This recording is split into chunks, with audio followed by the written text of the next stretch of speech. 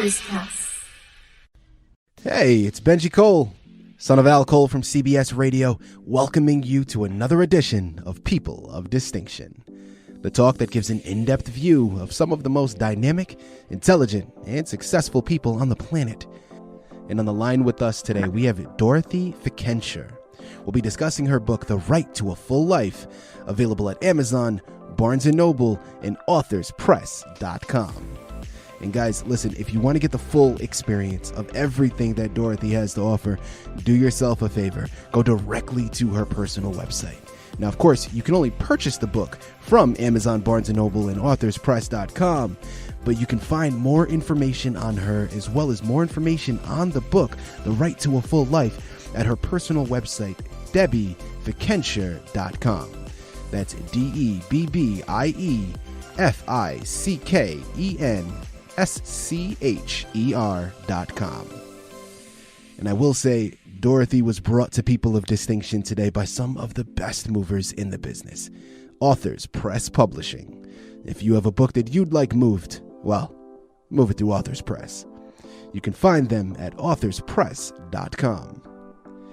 And guys, listen, it is an absolute pleasure and really such a delight to have Dorothy here on the line with us, because her book we're discussing today, The Right to a Full Life, is just that. I mean, what more can we say than what the title states? Everybody has the right to a full life.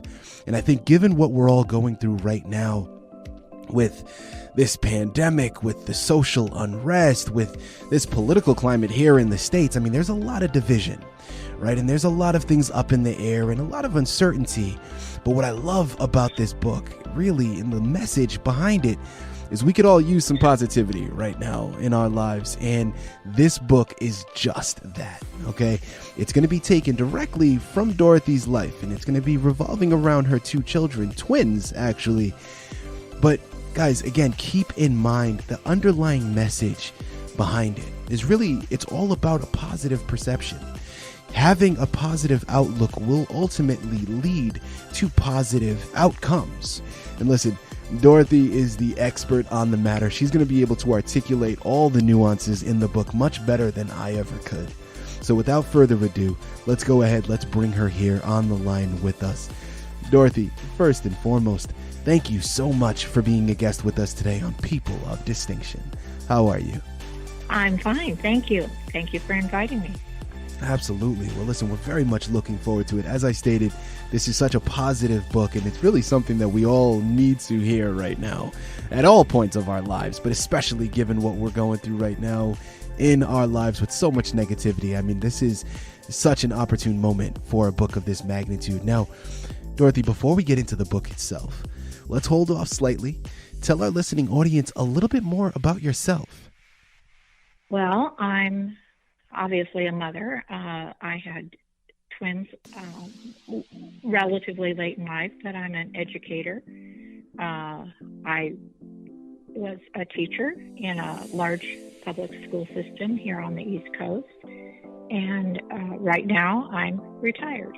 Fantastic. And I also spend a lot of my time working with individuals who are young adults moving out of their parents' home, and they have maybe developmental disabilities or intellectual challenges, and I help them move into places on their own so that they can begin to live their own full lives. Wonderful. Well, listen, Dorothy, thank you for all the work that you continue to do and all the work that you did as an educator, shaping and molding young minds. You know, speaking from my own experience, I had a very, very short stint teaching. I taught for 4 years. I taught college for 3 years, and I taught fourth graders for a year. And my significant other, she's a teacher now. She teaches high school, and she has for, the past 15 years. So I know firsthand the difficulties that come with becoming a teacher and how you never get as much credit as you deserve. So thank you so much for all the work that you've done. And also, again, as I stated, continue to do. That is absolutely beautiful. Now, Dorothy, listen, let's not hold off any longer. The Right to a Full Life. Tell us a little bit about your book. Well, I wrote the book because so many people that I worked with, so many of my coworkers asked me, how I managed to raise kids. I have twins. They both have special needs, and how I managed to do this, that, or the other thing, how I managed to deal with the doctors or the school system. And they kept saying, well, you ought to write a book. So when I did retire, I had enough time and I wrote the book. But the book is about how I met the challenges. The original challenge was myself, how I came to realize that I was the first challenge. I was the first barrier for my children. I needed to readjust my thinking. But it also was how I came to see that my children had abilities and they had dreams, and that there were opportunities and resources out there that I could help them get if I just figured out how to do it. And so when I wrote the book, it was to go back and think about how I did that. What did I do first? What did I do second? And so I wrote down the stories that the stories of how I learned how to navigate with the doctors and the medical system, because that was the first thing, and then how I worked with the school system. Even though I was a teacher, it was a real eye-opener to learn how to overcome the challenges that I faced with my children when they were the students in school, and then how I navigated through the different challenges that they faced so that they would have the resources and the services that they deserved. And now they're both, that was a long time ago, now they're 36 and they are both living in the communities, in their own places in the communities, and they both have jobs. They're both pre-pandemic, had full social lives, just like the rest of us that cut back now. So that's what the book is about. But mostly, when my daughter was born, she had Down syndrome. My son did not look like he had any disabilities, so it was a real, no one anticipated that my daughter would have a very full life. They really didn't think very much would come of her. And of course, now she lives a full life and she has lots of opportunities. She's a very happy individual. She has friends. She loves what she does for work. And if the pandemic were going on, she would quite honestly have a fuller social life than I do. So I often chuckle that she has a more active life than many people. Anyway, but she's a different personality than her brother, who has a college degree, and he is a contractor and works with computers and is doing quite well. And he lives in another part of the same suburban area that she does, and they both live full lives. They different, but full lives, and they both see each other when they want to and need to. He's her handyman, and she ends up repaying him by cleaning his place once a week. So they get along with that. Sounds like a pretty good deal. You know, listen, Dorothy, thank you so much for sharing and so much to unpack. You know, I want to take it back a little. One of the first things that you said that really struck me, and as you continue to speak, I was thinking in my mind really what you meant by that comment. And I can assume, but listen, we have you on the line, so there's no need to. I think something that you said that, if I'm assuming correctly, it's very admirable and so profound. You stated that you were the first challenge that you needed to overcome. Explain that to our listening audience. What do you mean? How were you the first challenge when it came to your children and their upbringing? When my children were born, I knew for a fact that I would never be able to raise a child who had a disability. I just knew that wasn't in the cards. And of course, finding out that one of my children had Down syndrome was just devastating. Mm-hmm. And certainly for the first 2 or 3 months of her life, I cried. I saw all the things she would not be able to do. And somewhere along the line, I realized that I was crying because I was hoping to relive my life through my daughter. And when I realized that that was ridiculous, because I never expected to do that through my son, I thought, well, that's not going to work. It never would work. And that just freed me.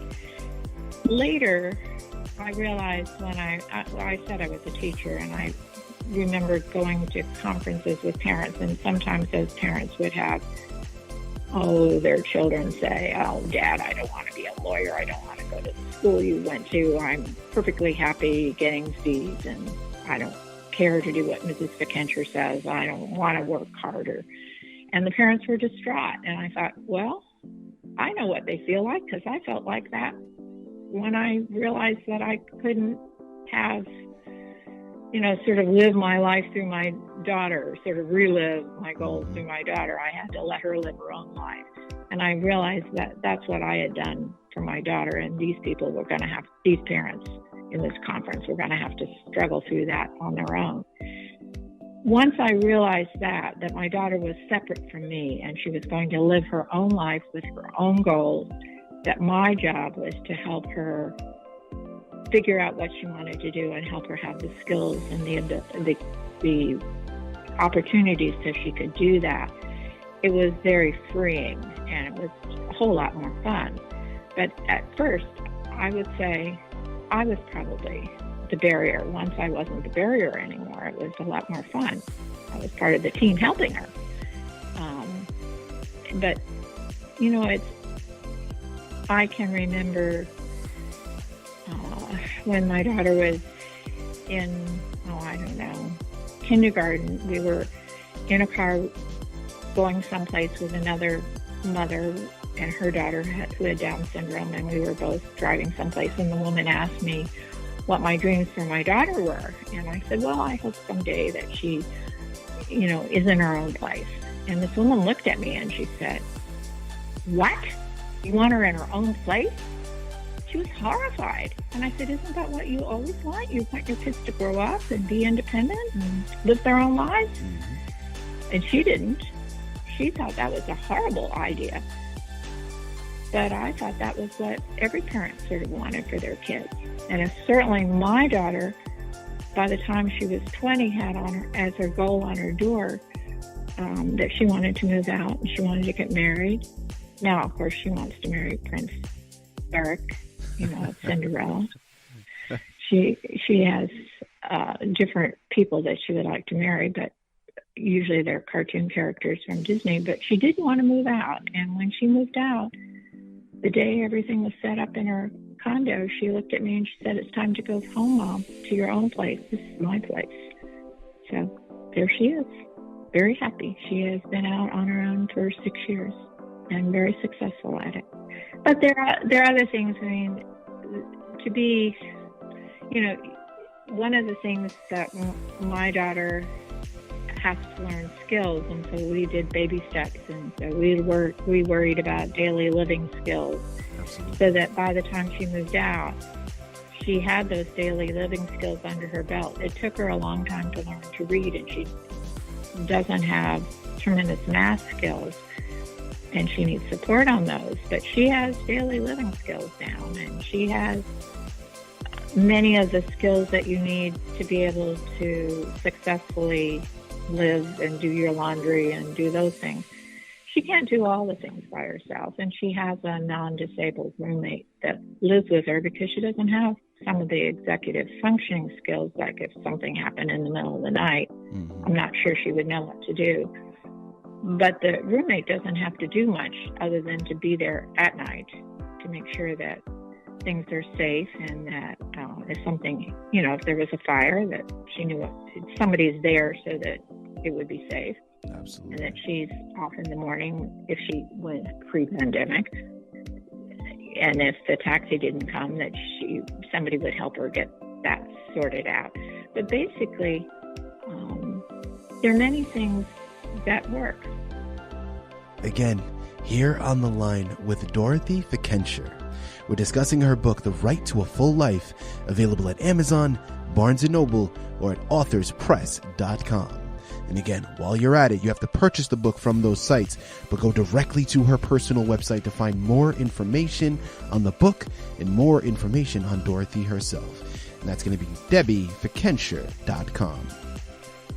You know, Dorothy, as we continue on, you know, I love to have this platform to really be able to pay it forward and help others out. Realizing my listening audience, there may be people out there that are either going through a similar situation where they too have kids that have developmental disabilities and they're finding challenges in raising them.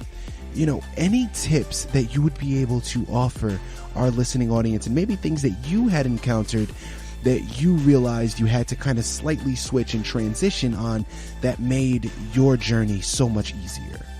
One of the things that I did at the very beginning when my child was a baby, or my children were babies, is when I was sitting in waiting room, like at doctor's clinics, I always looked around to see if there was another mother with a child with a developmental delay. And then I would ask them, how did you do? Where did you go? What are the resources?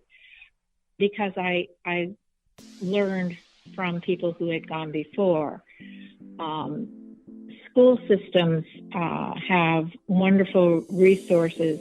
Usually it's because they're focused on transitioning youth, people who are about to leave the school system and go into the adult services. Mm-hmm. But almost always those, they have fairs and information that they circulate. Almost always they also have information about younger and services that are available to people who are in a wide range of ages. And I happen to be in a state that has an abundant resources and agencies, and it's information that really is that really helps. The more you find out and the more questions you ask, the more you find out what will help you. And that's how I found out a lot of stuff. 36 years ago, my children were born in Washington, D.C., which didn't have a whole lot of resources at the time. I now live in Maryland, in a county that has an abundance of resources. But when I was in D.C., I quickly I was put in touch with an agency that did have some connections that did help me learn about what was available, and actually put me in touch with a group that set up a parent network. And it was through the parent network that I found out more information. Parents are a wonderful resource. And then there are national organizations. In my case, the National Down Syndrome Conference, I called them and they said, well, here, we need to put you in contact with people. That really helped. So those were some of the connections that helped me at the beginning.